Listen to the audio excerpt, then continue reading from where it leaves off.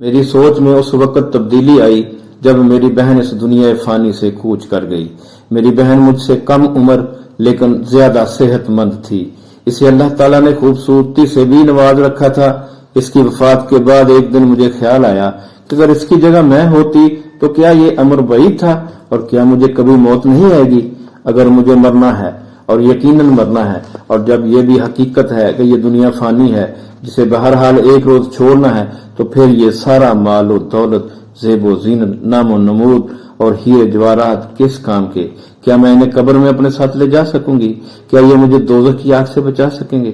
ان خیالات و تفکرات نے میری کایا پلٹ دی۔ السلام علیکم ورحمۃ اللہ وبرکاتہ۔ بسم اللہ الرحمن الرحیم۔ اللہم صلی علی محمد وعلی آل محمد۔ ہم مسلمان کیوں ہوئے؟ اس سلسلے کی آج کی شخصیت کا تعارف لے کر آپ کی خدمت میں حاضر ہوں۔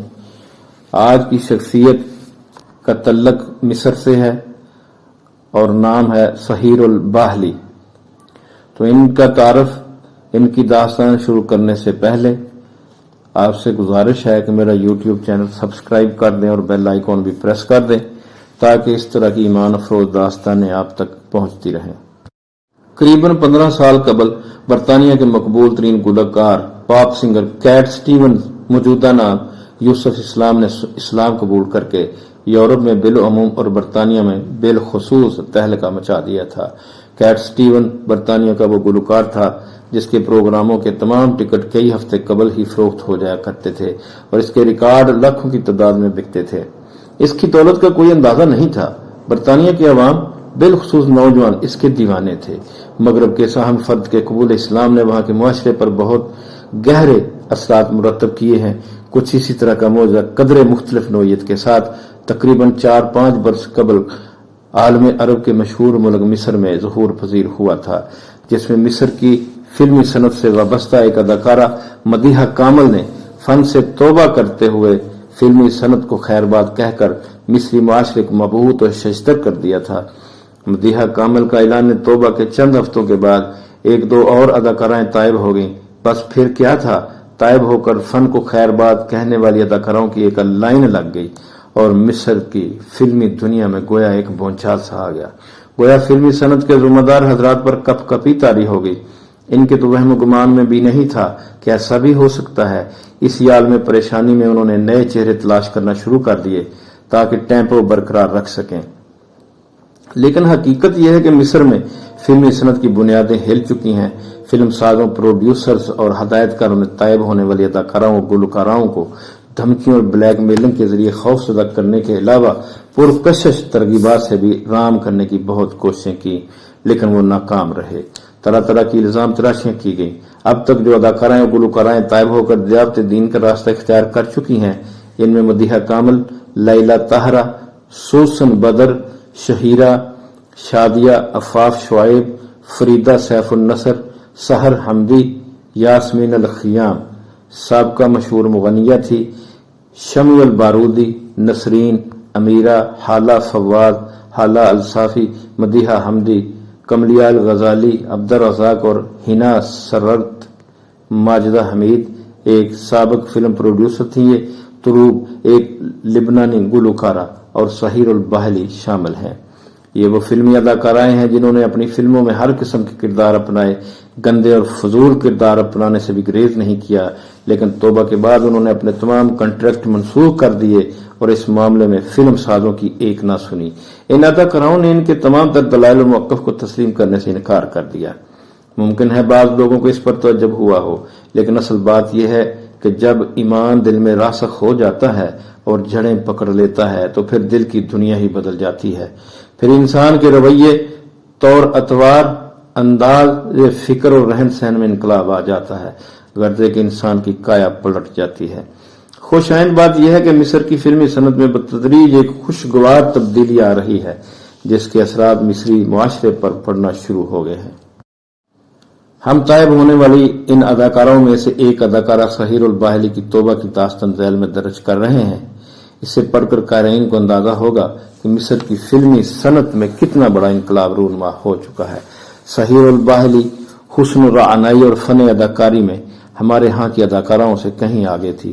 عالم عرب میں اس کے حسن اور اداکاری کا ڈنکا بجتا تھا اور اس کا نام ہی فلم کی کامیابی کی ضمانت سمجھا جاتا تھا۔ نہ صرف مصر بلکہ پورے عالم عرب کے فلمی تماشبین اس کی اداکاری کے دیوانے تھے۔ اس کی شہرت اور حسن کا اندازہ اس بات سے لگایا جا سکتا ہے کہ جب وہ پردہ اسکرین پر جلوہ گر ہوتی تو لوگ دل تھام کر کھڑے ہو جاتے تھے۔ غرض وہ اللہ سے بہت دور رنگ و بو کے سیلاب میں غرق تھی۔ وہ جنت، دوزخ اور موت کے تصور سے ناآشنا اور عیش و عشرت، مال و دولت کی دلدادہ تھی۔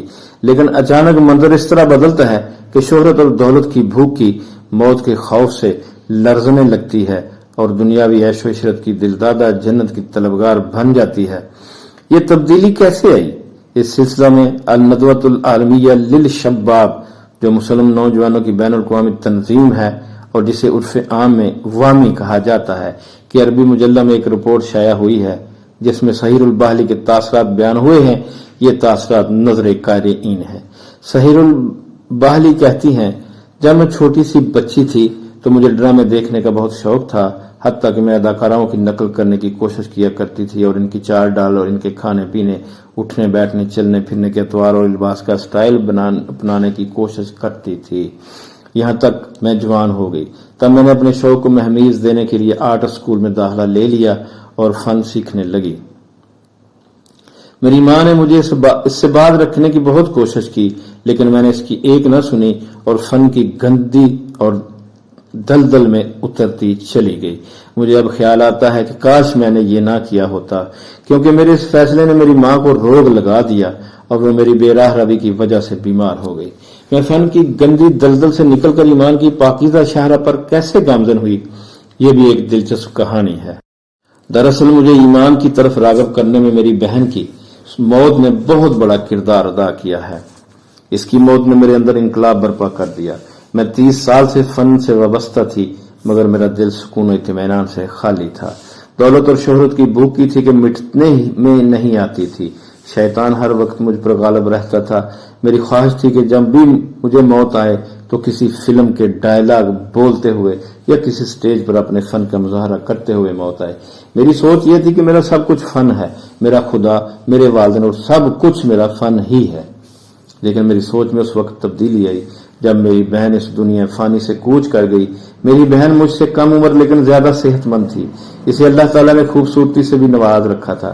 اس کی وفات کے بعد ایک دن مجھے خیال آیا کہ اگر اس کی جگہ میں ہوتی تو کیا یہ امر بعید تھا، اور کیا مجھے کبھی موت نہیں آئے گی؟